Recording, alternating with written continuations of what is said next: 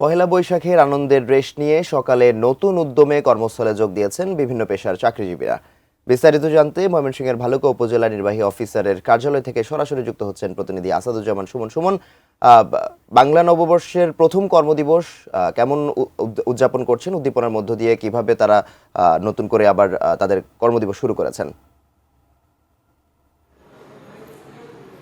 আমাদের ধন্যবাদ আপনাকে। আসলে বাঙালির যে প্রাণের উৎসব, যেটি দীর্ঘকালের বাঙালির যে উৎসব, সেটি হচ্ছে পহেলা বৈশাখে তারা নানান রকম তাদের আয়োজন থাকে। সেটি কিন্তু গতকাল আনুষ্ঠানিকভাবে হয়েছে, কিন্তু গতকাল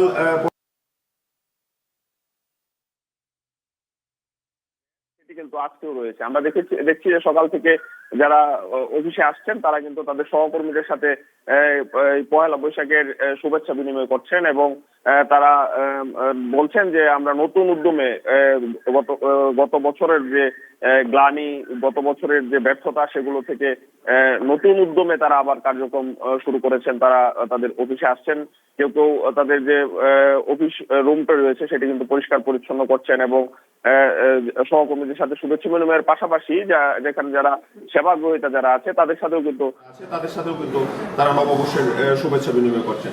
সব মিলিয়ে কিন্তু অফিস পাড়ায় একটি উৎসবমুখর পরিবেশ আমরা সকাল থেকে দেখছি, যে তারা তাদের সহকর্মীদের সাথে কোলাকুলি করছেন এবং নববর্ষের শুভেচ্ছা বিনিময়ের মাধ্যমে কিন্তু নতুন উদ্যমে তারা বলছেন যে সবকিছু ভুলে নতুন উদ্যমে মানুষকে আরো বেশি সেবা যেন দিতে পারে, আরো বেশি কাজ করে যেন এই নতুন বছর শুরু করতে পারে, এমনটি কিন্তু তারা প্রত্যাশা করছেন।